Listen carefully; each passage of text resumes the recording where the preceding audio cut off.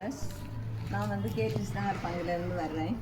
இந்த அன்பியம் இந்த செயல்பாடுகள் அனைத்துமே மிகவும் அருமையாக இருக்கிறது. அதாவது நம்ம இறையாட்சியை கட்டி எழுப்புவதற்கு ஒரு தூண்டுகோலாக இது இருக்கிறது. இப்போது வைத்திருக்கிற தேர்வானது எல்லா மக்களுக்கும், அதாவது எங்களுக்குமே எழுதியவர்களுக்கே ஒரு புத்துணர்ச்சியை எழுப்புகிறது. அன்பியத்தை பற்றி பல பக்த சபைகள்லாம் இருக்கிறது.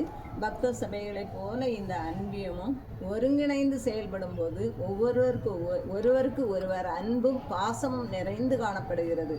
அதாவது அன்பிய கூட்டங்கள் நடைபெறும் போது எங்கேருந்தோ மக்கள்லாம் வர்றாங்க.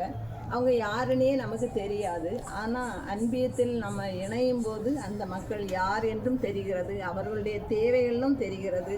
அதில் எளியவர்கள் யார், உயர்ந்தவர்கள் யார், தாழ்ந்தவர்கள் யார் என்று தான் நம்ம எல்லாம் பார்க்க மாட்டோம். ஆனால் முக்கியமாக பார்க்கிறது இந்த அடித்தட்டு மக்களை நாம் கண்டிப்பாக பார்க்க வேண்டும். இந்த அன்பியமே அதற்காகத்தான் ஏற்படுத்தப்பட்டிருக்கிறது என்று நான் கூறுவேன். அதாவது அன்பியம் என்பது ஒரு குட்டி திருச்சபை, குட்டி சமூகம். இந்த சமூகத்தை கட்டி எழுப்பும் போது நாம் திருச்சபையை கட்டி எழுப்புகிறோம் என்ற எண்ணம் நமக்குள் வர வேண்டும். ஒவ்வொரு மனிதனும் என் நண்பன்.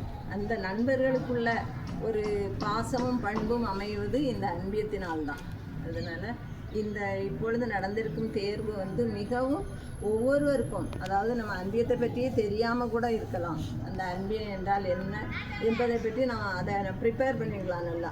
அதற்காக இந்த அன்பியத்திற்காக அன்பிய பணியில் இருப்பவர்களுக்கும் மிகவும் நன்றி. இந்த பரீட்சையை வைப்பதற்கு உதவிய உங்கள் அனைவருக்கும் நன்றி கூறி முடிக்கிறேன்.